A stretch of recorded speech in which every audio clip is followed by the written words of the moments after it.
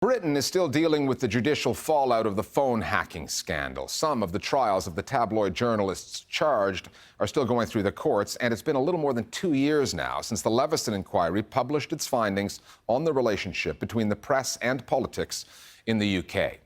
When the tabloid editors working for Rupert Murdoch's newspapers were initially accused of systematically hacking the phones of newsmakers, they used the one rogue reporter defense. That defense crumbled in the face of more and more evidence that the hacking was on an industrial scale.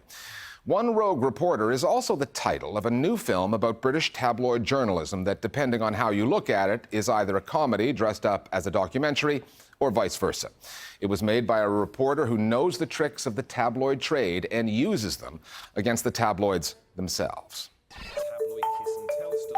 Rich Pepiat is a recovering tabloid journalist whose rehabilitation program has turned him into a filmmaker.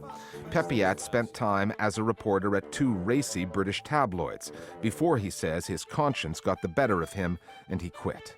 When he testified at the Leveson inquiry, he was a hostile witness, lambasting his former industry for its culture, morality, and news output. It runs throughout the tabloid press. You know, a story is simply not a story unless it's knocking someone.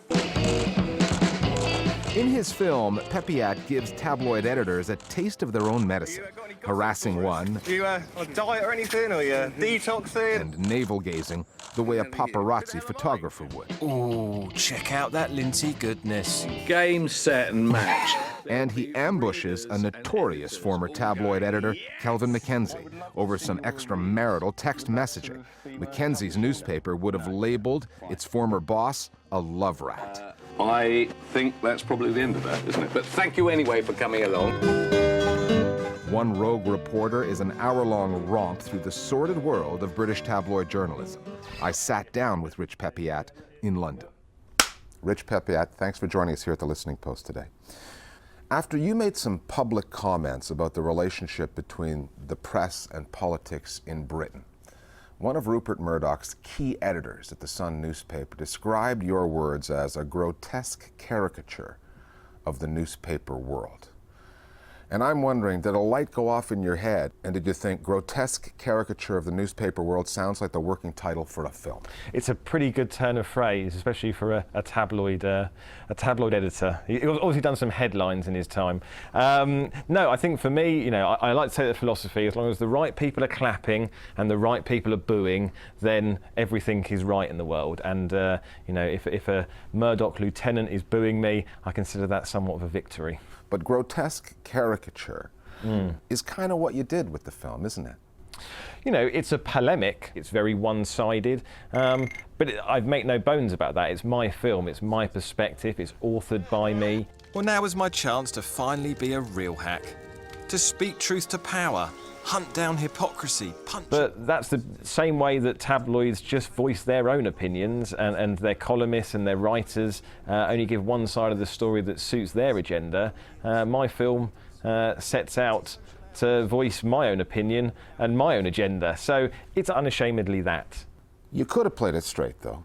But when you use those tabloid devices, it seems to me that implicit in that is almost a marketing decision that you make as the filmmaker. There is a better chance that more people will watch this film if I use the kinds of devices that this film is meant to judge harshly. So philosophically, morally, and without dancing too long on the head of that pin, aren't you in a way making a point that defeats itself? No, the film, first and foremost, is a comedy. The serious point is always second to the laugh. Journalism and comedy really weren't so different. Now, that may to some people be not the right way to approach a film that's dealing with such serious topics, but to me, to the filmmakers involved in this, we made a decision that we wanted to engage people outside of the media bubble who aren't interested in that academic, dry approach. It's the sort of journalism that I want to do, that's independent journalism, going after the power that perhaps newspapers aren't prepared to go after, which is often themselves. If you're going to judge other people, if you're going to hold yourself up as a moral arbiter, as a lot of newspapers do, then what are your morals? How are you living your life? And can you stand up to the sort of scrutiny that you put on others? These are the questions we're raising. And the answer is no, they believe it's one rule for them and one rule for everyone else. And if there's one thing that people can take away from the film, I think that that's probably the most important thing. They targeted all kinds of people, and they still do. The rich, the famous, celebrities. They like to target women who are in the public eye. But you also say in the film that the tabloids need someone to blame. And they like to blame Muslims. That was something relatively new, wasn't it? I mean, they were never big on immigrants, but post 9/11, it became a big part of their story. Yeah, I mean, I think Muslims became the cartoon caricature. I think that, you know, the tabloid narrative works, that there's always a goodie, there's always a baddie. There's always black and white, there's no grey area. Someone is always to blame. And Muslims became the easy target for that. Is that just an easier story to sell? Yeah, it is an easier story to sell. And you know why? Because these people are people who don't have a voice in the same way. They're the powerless. Newspapers often choose to kick downwards rather than punch upwards because it's easier to do that. It's an easier narrative to sell, it's less risky. To me, that was what got me down, is that I felt that the job that I was doing was about kicking downwards. And what One Rogue Reporter is about, the film, is about punching upwards. And it's about going after these newspaper editors who are powerful and saying, right, you're not above scrutiny yourselves. I interviewed Nick Davis from The Guardian, who broke a lot of the phone hacking story, and one of the things he said is that really nothing's changed. If you look at the cast of characters still editing these papers, the Murdochs still running News Corporation, the Leveson inquiry calling for a statutory regulation that's not happening, this industry continues to police itself. Your film has come out presumably because you want to change things, but the bigger picture is not much has changed, and one comes away with a feeling of, I suppose if you're a journalist who reports on this kind of thing, of futility. Oh, I think futility is probably too strong a word. I think that it's not easy to take down a whole pillar of British society, a very, very powerful pillar that has tentacles going through politics and through business. There is, you know, a lot of billions and billions of pounds of money at stake when you're talking about the future of journalism.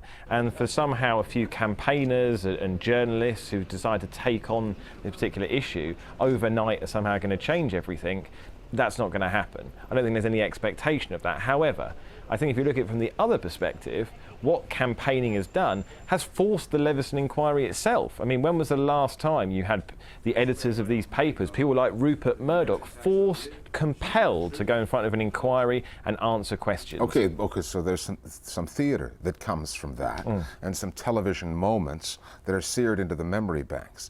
But Leveson wanted a new set of rules. Parliamentarians said they wanted a new set of rules. The newspapers said, we don't. And at the end of the day, we don't have those rules. Yet, it's pretty clear cut. That, in boxing terms, would be, if not a knockout, a unanimous decision. I like to think that at the moment, those who want change are on the ropes, but there's no white towel that is going into the ring. There is still a few rounds, and yes, we need a knockout, but we're going to come out swinging. You're going to try to make a similar film in the US. What do you think needs to be said about the media landscape over there? Well, it's a completely different ecosystem from being out in the US and researching. It is. I suppose the equivalent of British tabloids are channels like Fox News. There is an equivalence between those two, whilst print journalism takes itself very seriously.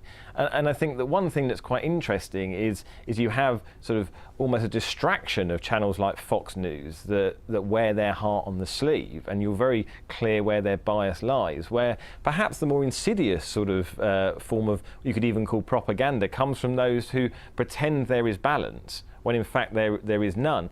Well, good luck with that project, and Rich Pepiat, thanks for talking to us, The Listening Post, today. Thank you.